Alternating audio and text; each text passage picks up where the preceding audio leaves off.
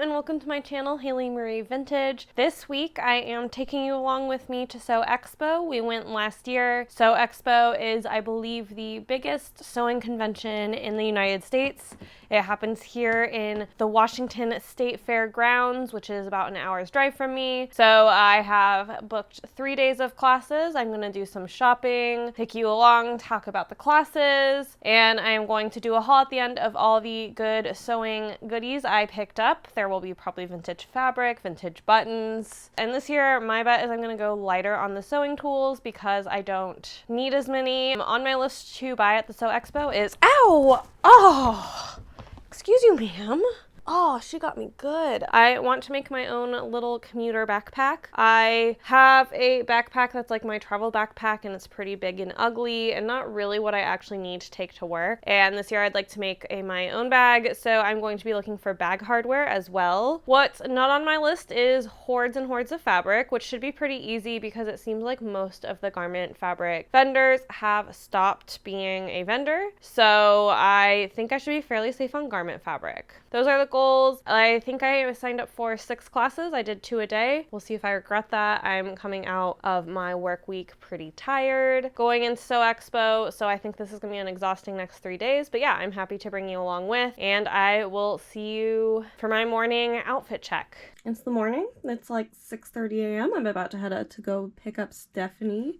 If you're wondering, what do you wear to sewing conference? This is my vibe this morning. I have found out from last conference that I was pretty cold, so I have a pretty chunky sweater on, turtleneck, fleece leggings. It's even colder this year as it's happening. I've packed a lunch. I am much more prepared this year since I've done this before. So today what's up is I'm doing a pants patterning class on how to do different adjustments. And then I am going to do, it's called like Heirloom, but on a machine, and I'm hoping to learn how to make some different lace patterns on a machine, I guess, so I can make things. I don't know. It just seems like an interesting class. So yeah, we'll see. So that's 2 4-hour classes today, but I am excited that I'm more prepped this year because I did it last year. I'm sure I'll check in with you when I get to the car and we pick up Stephanie. Here's Stephanie. Hi. We're currently outside. Our class started with a fire alarm. We love it. So we are out here. We're sure something weird got tripped. We just got done with our first class. I scarfed down a sandwich real fast because I was getting hangry, which then made me probably more grumpy towards the end of the class than I needed to be. But that class was the second craziest class I've ever taken at Sewing Expo. If you recall last year, my first craziest was when a student actually yelled at the instructor that they weren't learning what they wanted to learn. Like every fitting class, which I mentioned this last year, if you have body dysmorphia and like stuff like that going on, like please do not take a pattern making class ever until you're ready to confront those head on, because publicly your body will be usually talked about. This though was on a whole nother level. Stick to the bag classes, stick to the beading technique classes, seam finishes, like there's plenty of really safe spaces still here for you. Just be really, really careful of those pattern fitting classes, because the other thing is, even if the teacher is really great, you are still going to have some students who do not feel good about their bodies and are very vocal about it. This was a very unique experience in that in this class we went around in the circle of 19 people, and each one of us she had come up and basically told us what's wrong with our bodies. She pulled on like the waistband of my pants. She like, instead of asking me to turn, she just like physically moved my body, and at one point she like definitely like slapped my ass. This was like a whole nother level. It's the lady that she like fondled her actual vagina. Yeah. Like not needed. Yes, and also called it a pee-pee hole, which if I ever hear that term again, I am going to die. We could just call it vagina. Yep. You could call it a clitoris if that's what you're looking for. Right? My biggest frustration with her is, contrary to like, I've taken plenty of classes that you're just working on like a quarter paper scale. Hers, it doesn't seem like there was any scale involved. Because like, for example, they'd be like, if you're doing a 2-inch adjustment, do a 1/4 inch here and stuff like that. And I asked about measurements, and she's like, you have to figure out your own measurements. And I'm like, I'm not even like asking that. I'm asking like what measurement actually applies to this field. Yeah. And she got like very, very not pleased about that. Luckily, you'll probably not encounter her because this is apparently her last Sew Expo she's ever teaching. So far, out of 3 or 4 instructors I've tried, I only recommend Katrina Walker. That is the only class that I feel like she really, really took everything from a like, we don't hate our bodies aspect, and she corrected people who were hating their bodies. And next year, I'm not going to take any pattern classes that are not by her or someone I haven't haven't taken before who looks under the age of 65. So that's kind of my summary. That's kind of my thoughts, last thoughts on the building. So last year when I went, they had us on this kind of like outer building that basically had no insulation and heat, so it was really cold. This building was still pretty cold, but it was actually heated. However, they were setting up the expo, so you could hear beeping in the background, which for me as a sensory trigger, I had to really focus to keep my focus on the class and all the beeping and sounds I was hearing. Obviously a fire alarm. We had the fire alarm go off 3 times during that class. So in the future, it's hard because like I actually think overall this building was set up better than the last, but the last, if they had just turned on the heat, would have been a really excellent experience. So because like the last one, each classroom also had its individual bathroom, which is perfect for a 4-needle class since you're there 4 hours. Tried something different this year, and I think in some ways it worked, in some ways it doesn't, because yeah, I will say in the showplex while they're setting up and you're just hearing beep beep beep, it wasn't great for me. I have a second class. Stephanie has warned me about the Heirloom people, so we'll see how that goes. I'm crossing my fingers for you that it's not bad. So I will check in after that and we'll see how that goes. I have fed myself and I'm not quite full enough to not be hangry, so I'm gonna eat another meat stick and then go to class. Meat stick. All right, I'll see you later. All right, I am home. It is currently 8:30, which we did not get home at 8:30. It's that we got back here about 6:30. Stephanie ate some dinner. Spooky's gonna come say hi. I dropped her off at our hotel and now I'm back and I can kind of word vomit the rest of my day. So one thing I didn't mention is at the beginning of today, Spooky, they love you, but they don't love your butt. Before we even went to the conference, I was already pretty frazzled because I couldn't find my wallet and I searched my house forever for it. So we were running late. I was flustered. The whole time my wallet was in my coat pocket. So that's fantastic. Super excited that I got really worked up for nothing. But glad that my wallet was not lost in a grocery store, which is where I thought it was. And then obviously went to the class that I just did the check-in for, the like how to fit pants class. Check-in that you just saw. It's obviously been a few hours. Sorry, I feel like very disorganized. I'm feeling very like there's no spoons left. So that class, I don't think I really realized how badly that class triggered me until later when I had like a more calm class, and also like I've been now chewing my nails and picking my skin, which are like stress symptoms for me. So yeah, really wouldn't recommend that class. I'll put the class, and I don't usually call out instructors, but this, like, if you are in any sort of recovery, this would set you back so far that I am going to go ahead and put the instructor's name. She says she's retiring, but I don't believe that any of these people ever retire. I don't usually like to call out, but that class was just like so uncomfortable that I am going to call out individually who this was, so that way you can not go to her classes. On top of it being incredibly triggering, it was also incredibly disorganized, and I just like really think there's other people you could take a class like this from who you would get better results from. So that was the first class. I've already said enough about that class. I don't need to get into more. Oh, other than I did want to show you what I walked out of the class with. One of the supply was getting a seam allowance ruler. I went ahead and I bought the second ruler from her as well because I'm lazy and I didn't want to go find someone else selling these. Could buy these a lot of different places. I have wanted them for a bit now because now I am looking at some patterns that I'm gonna have to add my own seam allowance. So I picked these up from that class. We also got this packet of materials. These are basically like a bunch of like kits on how to do the different adjustments. I said I was going to an heirloom class. I was actually going to a class all about smocking, which I was super excited for. And for everything the first class lacked, this class made up for in spades. I need to find the name of the instructor. I think it was Sherrie Cork, but I am going to double check that. Amazing teacher, like very, very, very talented maker, but also very talented teacher. She had a slide deck that was put together lovely, that I got a lot of good information from.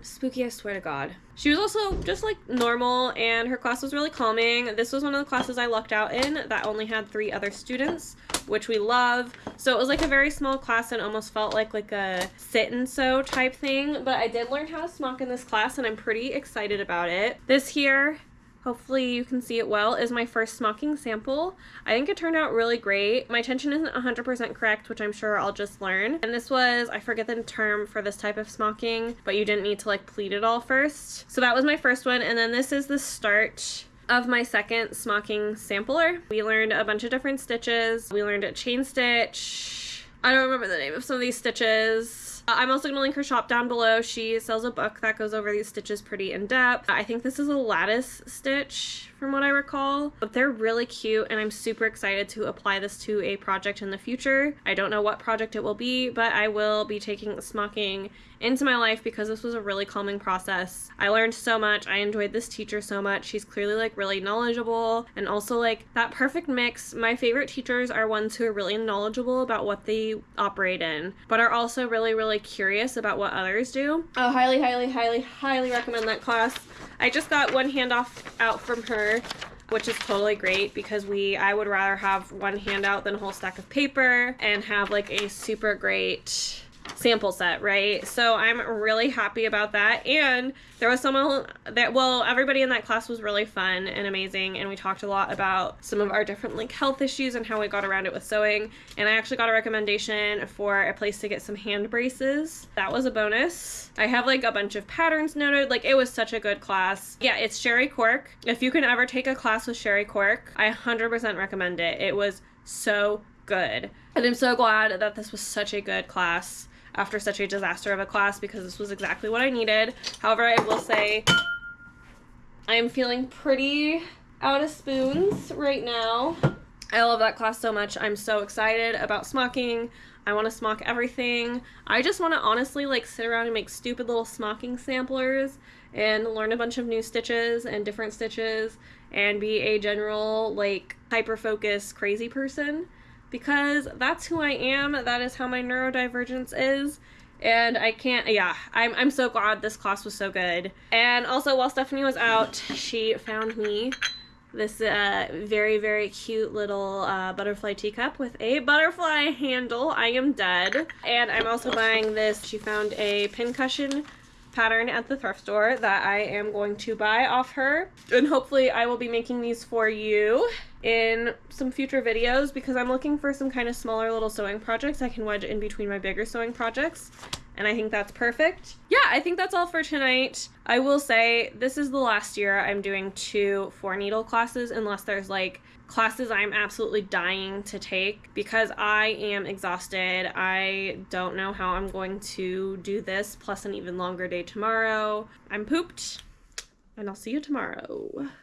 Hello, I am now popping in. This is future Haley. I have gone ahead and emailed Sew Expo about what happened in that pants fitting class, and I just wanted to give you guys a little update. They handled it supremely well. They got back to me in less than 24 hours about my concerns, followed up by getting me a refund, and then they just did one final follow-up of like letting me know where everything landed and that the instructor won't be invited back next year because of the situation and it not being an acceptable form of behavior. So I just want to like pop in and basically say I'm incredibly impressed with how this expo handled this. I was going to be so bummed if I emailed them and it didn't kind of go this smoothly, because it would really like put in jeopardy if I wanted to attend in the future. But they handled it so well, really as well as I have ever seen someone handle this. So I'm incredibly impressed, and this results in me being able to be back there next year without having any weird feelings. So we love that. I know the lighting is horrible in here, but I just want to show you my little outfit this morning. I have a little coffee, hot chocolate, whatever situation happening. Just ignore how messy everything in here is. I am out of spoons by the end of every day, so nothing is getting cleaned. I'll do a big clean like Sunday, Monday, I don't know. Today I decided to skip my heirloom class because I'm exhausted and I feel like my back's just kind of messed up from being in really cold classrooms all day yesterday. The biggest thing with Sew Expo is everything is so cold. It should be warmer today because there's going to be more people, and I think my classes are in a building that should also just generally be warmer than the main showplex. So we'll see how that is. I just have one class today and it is on pin tucking. I know how to pin tuck, but she might have just some really great tricks that I don't know about yet. So that is the plan for today. I think that class is at 11. So Stephanie, I'm going to go pick her up, and then we are going to head over to Sew Expo, I think shop a little bit. I will see you in a bit. I basically forgot to take any footage while shopping. This is the only footage I have, which is of one of my favorite booths. She brings in a ton of really interesting vintage things, and I always spend a bit of money with her. I'll show you what I got here at the end of the video. I really loved this set here, but I ended up not buying it to try to attempt to not go way crazy on my budget. But yeah, she always just has the most beautiful things. I remember to take some footage in this class here, which was one of my sewing classes. When we are using Berninas, and this was a pin tucking class, and I actually learned a ton. Here is me doing a like endless pin tuck. I have decided I need to get this type of cording foot for my own machine because this was so easy and mindless and gave such like a effective result. All right, we are end of day 1. Day 2, I don't know what day it is. I have scones, which is our fair food. Stephanie's deep in the corner over here, but she does have strawberry shortcake. Yeah, that's perfect. It looks really good. I'm gonna get one tomorrow. My all tuckered out, I think, class is I think what it was called. It was pretty good. It was in the Bernina sewing room. I took footage in there of the $15,000 machine I sewed on that they were selling for a discount of $9,900 for all you people out there with that money. At first I was like, surely they mean 5,000 or like 1,500. No, they mean like a full-on 15,000. So that was wild to me. And it was a cool machine to work on, I guess. But like for $15,000, I can hold my own thread. So that was kind of my feels. Maybe if I made quilts or something more complicated, I would feel differently. I just need a good straight stitch. Class was really, really effective. Great teacher. Bernina kind of has their whole like fleet of techs, associates, and like they're like a really legit brand. So we had 4 room helpers and 1 teacher, so everything went pretty smoothly, and it was like a really well done class. And I even have a printout of all the slides because he's like, I think taking notes is annoying, so here are all the slides on paper, which we love. I mean, you could just take smartphone photos, but I was the youngest in this class by at least 4, maybe even 5 decades. That was that class. It was good. I mean, in general, because we have like 20 to 30 machines that each cost $15K each, I think the classes that are in these sewing machine classrooms are just going to have to like, my guess is they go through more like screening because they are not going to let just anybody teach on $15,000 machines. That would be my guess. Now we're headed to Glenna's, which I'm gonna put in another video, and we're gonna meet up with Christina there. And then tomorrow we'll be back bright and early with some couture beading classes. Bye. All right, this is future Haley. I ran out of spoons to show you things as much as I would have liked to. So we're gonna first dive into my pin tuck class samples. First, I guess I will call out that I was the lucky prize winner of a Bernina water bottle. This is a pretty funny prize. I am not a plastic bottle user, which this one is plastic, but I will see if I can figure out a good way to make use of this. As far as samples from the class, I feel like I have 6 gazillion. They're samples, so they're like not anything particularly cool. We learned how to turn a corner with piping, although looking at the back now, I realize my piping is not sorted. We learned how to do like some, oh God, spooky, micro pin tucks.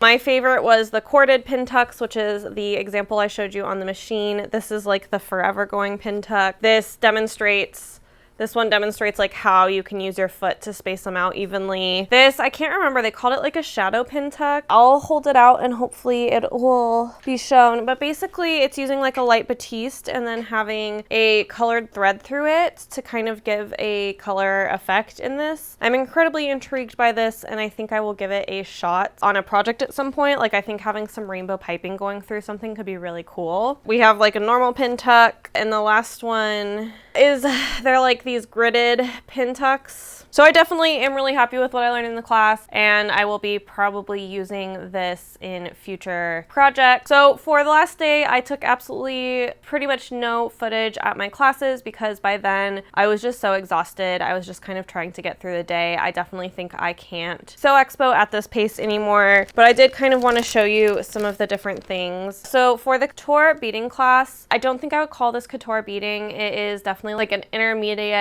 or advanced beading class, but it's like not couture the way I would have expected like learning like how Dior does what they do, or maybe tambour embroidery. I don't know. It wasn't quite what I expected, but she did. I've taken a ton of classes with the instructors, actually both my classes with this instructor today. She said this was the first time she ever ran this class. You can tell she was very not happy with how it went and the pace and the structure, and I will definitely be giving her the feedback on the name that I just think we need to call this something other than couture. But I am really happy with what I learned. I had taken a class with her before, and I chose to take a class with her again because I think she has just like long industry knowledge on beading that you can get little bits of info from. We did some practice hand beading in there, and I need a lot of practice before I would be willing to put this on anything I make, because this is not high quality, and it's not her fault. This is me being a beginner. And then the later thing I did, I took another class with her. I took her using like the machine to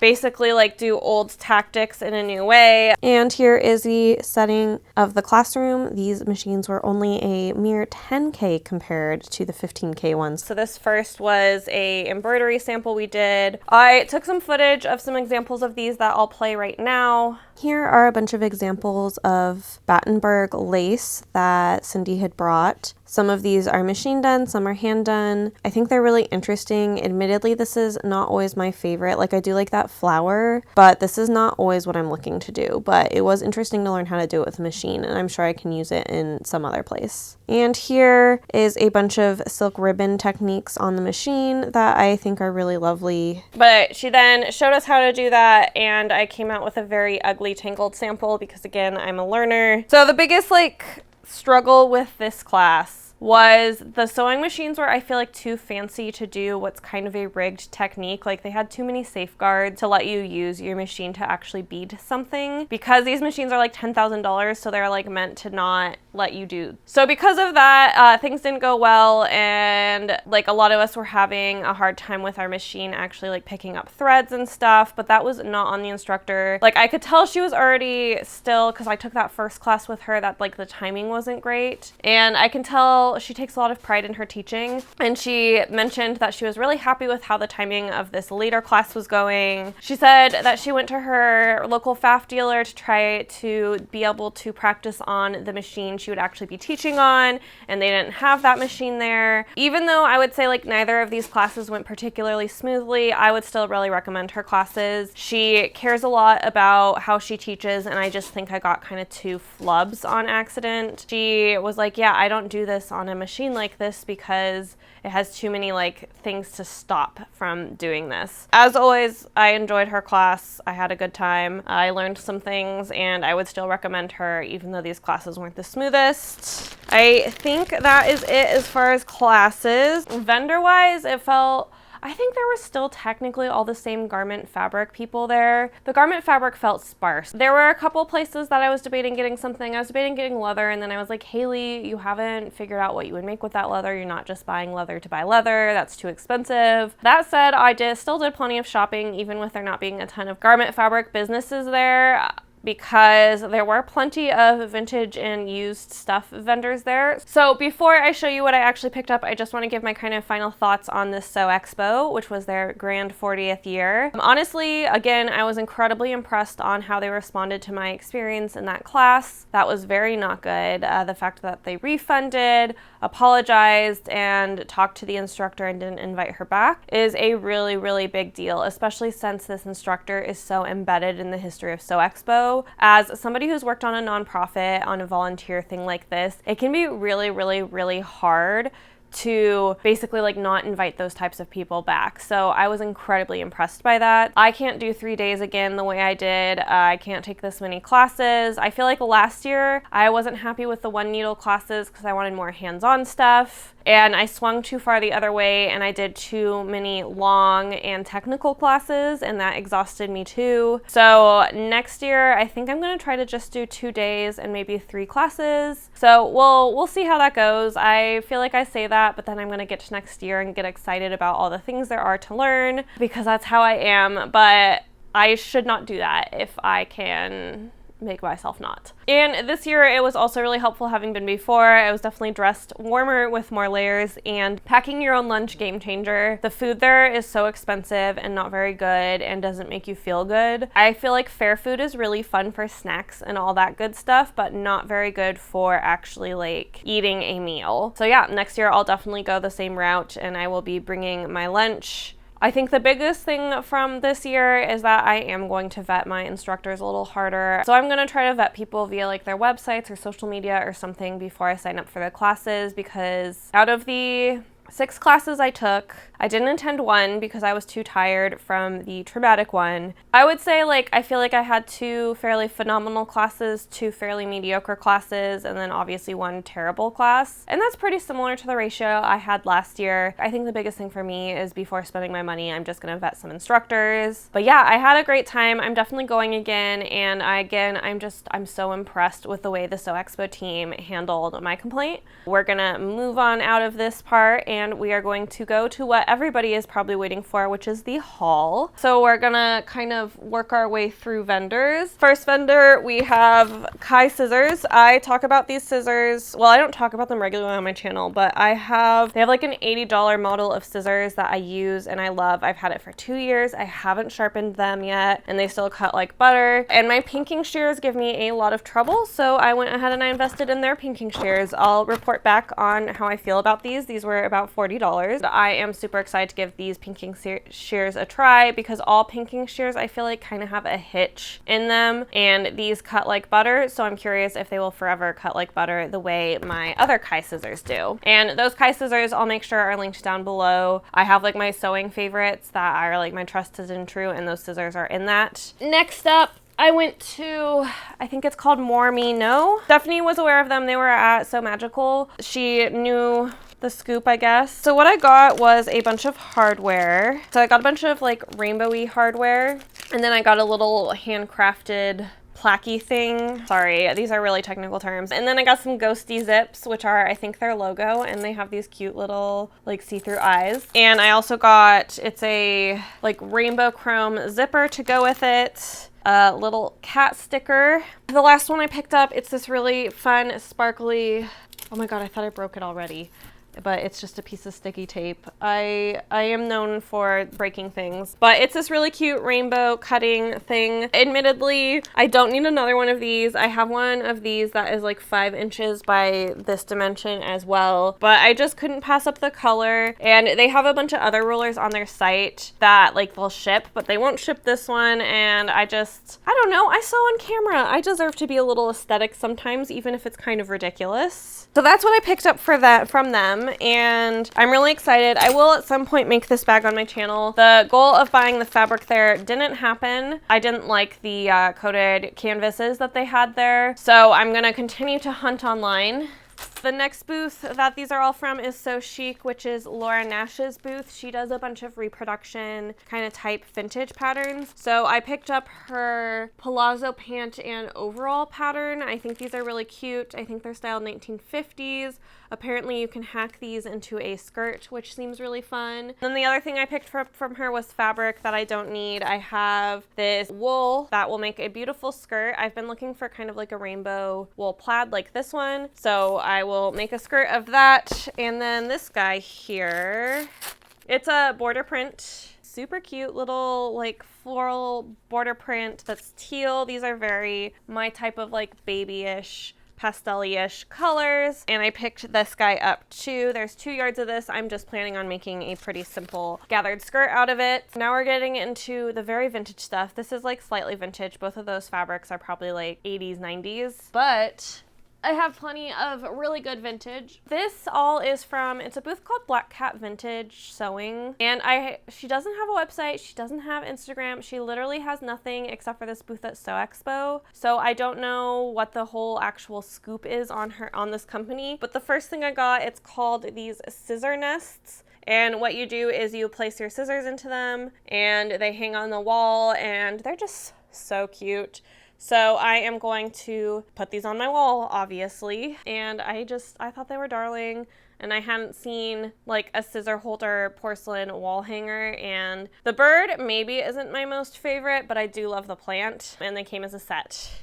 The next thing I got from her are these giant bag handles. I just have a lot of ideas for bags in my noggin right now, and these are a pretty unique style of bag handle, so I picked them up because I think I could make like a big tote bag out of them. And then the last thing and the thing that they are most known for is their buttons. So I have all sorts of like great vintage 1940s, whatever, like I just have all these really fantastic buttons that I got from her. I'm really excited about all of them. I'm going to just, I think, put a picture that I take of all of them up here. I mainly got colored buttons, and then yeah, I would call them like a ball button from her because those are ones I have just a generally harder time finding, and everything I got was so cute. I always spend so much money on buttons from her. So that is what I did there. We're getting down to our last couple, which are both my favorite vintage stalls. One, oh, I can't remember the name of it, but she has a booth at the Auburn Antique Mall. I don't know if that's actually what it's called, but it's the only antique mall in Auburn, so you can't really miss it. So I picked, everything stuck to me. So I picked up a bunch of stuff from her because it's been a while since I've been to the Auburn Antique Mall, and I always love talking with her. She asked me for some advice on pricing on rulers, which I thought was really sweet because I was carrying around this one, and I'm like, this one that is like rainbow fancy and sparkly, and your vintage ones are very different, and I don't know what to tell you. But she's lovely, and her husband's always there, and they're fun. So I always pick up a bunch from her booth. So let me show you what I got. So the first thing I got from her were these spools. If you can probably see in the background somewhere for me, I put all my lace on these spools and put them out for display because my lace is so pretty. Everybody must look at it who comes in my house. So I picked up this spool from her, which I really love the shape of this one. Like, not having the top there is really cute. And then I also picked up this. Her spools are always really nice quality and aren't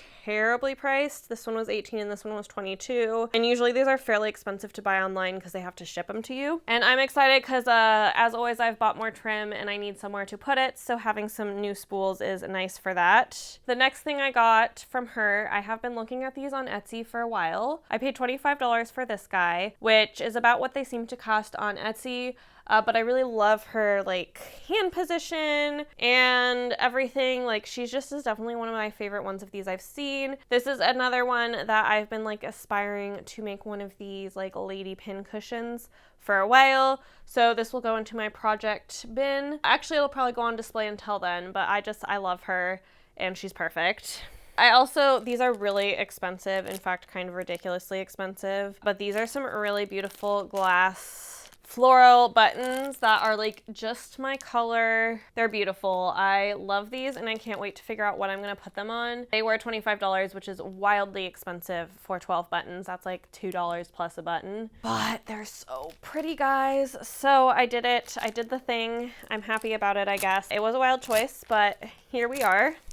The last thing I picked up from her was a feed sack. I love this because I love the blue flowers with the pink flowers. This is just very my color way. No idea what I'll do with it, but it's so pretty that I couldn't leave it behind. The last one is always my favorite booth, and this was no different than usual. Still my favorite booth. Still love. So she has like rows and rows and rows of vintage cotton. I mean, not just cotton, she also has polys and flox and stuff like that. What I usually am drawn to is her vintage cottons, so I picked up a bunch of different yardages. So there's this first one here, which is this beautiful pink and teal striped fabric. I'm thinking of getting a teal that matches this perfectly and kind of doing something kind of patchworky to make this yardage stretch a little further. Next one, I also need to stretch the yardage a little bit further, although I'm debating doing like a 1930s dress or something out of it. It's this beautiful pink and gray fabric that has like a geometric print to it too. It's absolutely stunning. So I picked it up. I think I have 3.5 yards of this guy. The last of like kind of the pink gray theme, I feel like, is I got this really delicate pink, gray, and purple rose stripe. So the other thing I'm debating again is kind of like patchworking these two together because I think they go really well, but I'm also somewhat of a purist when it comes to vintage fabric, so I'm a little reluctant to do that, and we'll see what I actually end up doing with these guys. Next up, I have, this is like my favorite color combo. It's periwinkle and teal floral, and it's absolutely gorgeous. All of these I think were like $16 a yard. That's what she charges for 36 inches. So this one I paid $10 a yard, even though it is the 36 cut, but it has a lot of staining that I'm positive will soak out. She doesn't pre-wash her fabric. And the last one, oh, I didn't actually talk about the pattern of this one. I just adore the little pink roses on the teal stripes. It's almost kind of the opposite of the first fabric I showed you. And then the last one, I think this is so cool. This is, Stephanie found it first, but she was on a very limited suitcase space, but I'm a hoarder, so here I am. And it's these beautiful green and purple flowers on this very geometric, like, for me, it almost feels like a brick building or brick courtyard background, and I absolutely adore this. It feels so vintage and so modern at the same time. So I picked that up, and I have enough for a pretty full skirted dress for that, so I'm really excited. But that wraps up what I purchased at Sew Expo this year. I feel like, I mean, one of the perks of Sew Expo is you have to be able to carry out what you buy. So I always feel like that in some ways limits what I can buy. But I'm overall just like pleased with what I picked up. I don't feel like I added a horrendous amount to my stash, which is great news for me, because let's be real, I have quite the stash as we discovered earlier this year. But with that, I'm gonna wrap this up. Again, highly recommend going to Sew Expo if you're in the region. I really enjoyed my time there and was again very impressed by the response to me about like a difficult issue. As always, you can support me by going to my Patreon, which is linked down below, and I post every single Friday at 8 a.m. Pacific time, and you will see some of these fabrics and projects get made up, so stay tuned for that and subscribe, and I will see you next week. Bye!